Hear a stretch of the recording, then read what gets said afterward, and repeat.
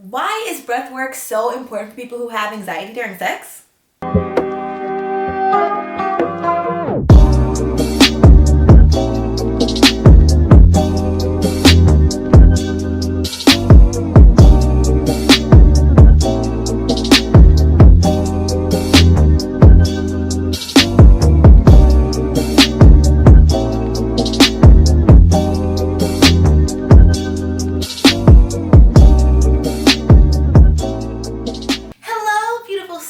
If you are here, then you probably experience a little bit of anxiety during sex. And one thing I'd like to start this video with is by saying that as much as I talk about sex and all that stuff, like I also talk about my celibacy journey. And I've learned that I just have a different relationship with sex than a lot of other people do, right? So I'm trying to find like moderation between being sexual and also being sexually conscious, if that makes sense. And I never want to ever make anybody feel like they're being shamed for their sexual journey, because you can have sex with 10 different people in a row and I consider you to be still sexually conscious, and you just are aware of how to spread your energies and how to manage other people's energies. Me, on the other hand, I'm still learning how to even manage my own sexual energy. So I think trying to have multiple sexual partners like back in the day, it really messed me up. But I'll make another video about that, because this video is all about anxiety and trauma and breath work and how breath work can actually help heal anxiety with sex. So let's just dive in. Now, a little bit of backstory is that I lost my virginity when I was 24 years old. I like to say that I shared it because I don't feel like it's something that I lost. I feel like it's actually something that I gained. But one thing that I think was unfair that happened during my experience with sharing my virginity was that I thought that I was supposed to know everything, and I thought that I was supposed to just kind of like dive in and just be fucking and just like be amazing at it. And I think that what made the experiences amazing for the guys was that I've always been very aware of self-pleasure and of my genitals and of what they're capable of. So I think that that was helpful during my experience of knowing like, okay, I have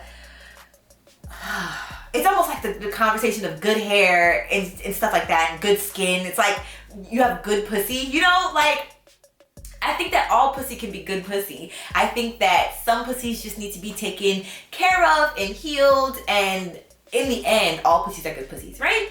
With all that being said, after I had sex for the first time with my boyfriend at the time, and then we broke up, and then I had another sexual partner, my very first sexual partner after my boyfriend, we did a lot. Like, he had me like in positions I had never even experienced before, because my boyfriend and I were somewhat vanilla, compared to the things I've experienced now. I can say that I feel like we were somewhat vanilla. So I think that a mixture of being in an abusive relationship, so constantly having anxiety to the point where every single time that I had sex, I had anxiety, like, because I was just anxious because of the situations that I was in.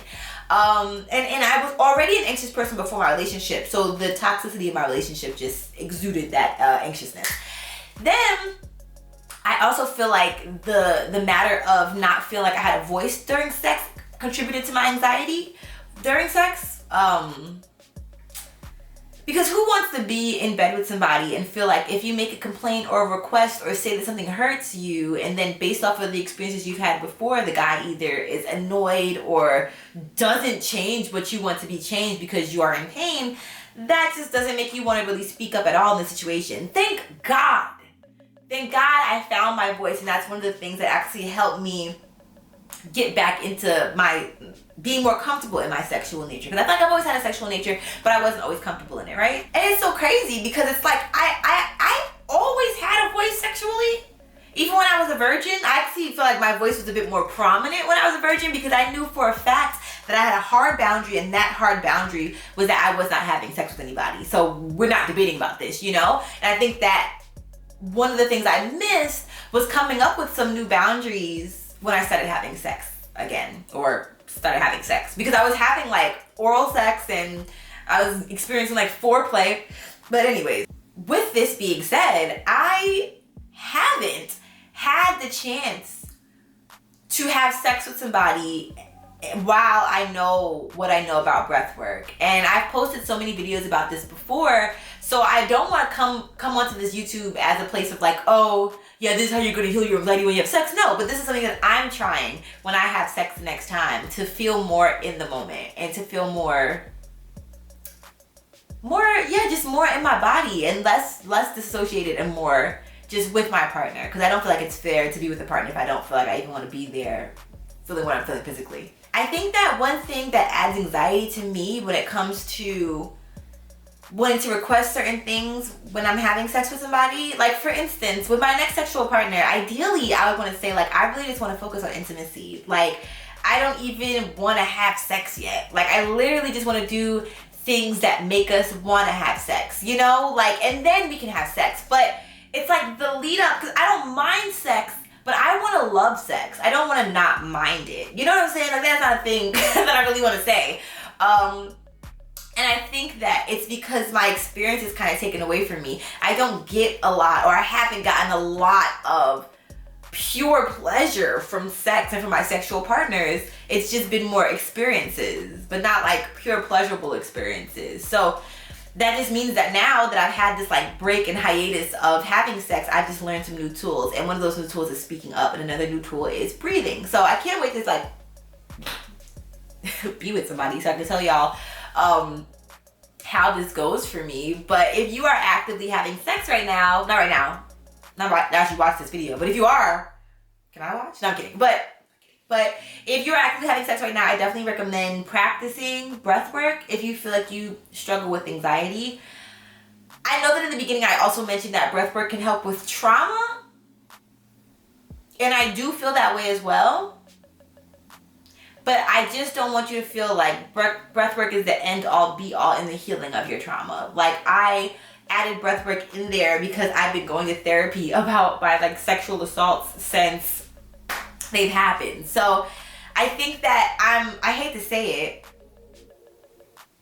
but I think that the trauma that I experienced really helped lead me to a place where I could even have these discussions with myself, and where I could even ask, like, what do I need during sex? Because if I had, let's just say 10 sexual experiences, and only 1 or 2 of those sexual experiences were orgasmic, the ratio is just totally off and something needs to give. So within my next sexual experiences, I'll be implementing breath work, very, very, very clear communication, and we will even be speaking on boundaries. I also want to speak on the importance of enthusiastic consent. Well, we will make a totally different video about that, but that is something that will be required with my next sexual partner. So yes, and everybody's always asking me, why is breathwork so important? Why should I not hold my breath the entire time that I'm having sex? And my answer is because I don't want you to die. Like, you gotta breathe at some point.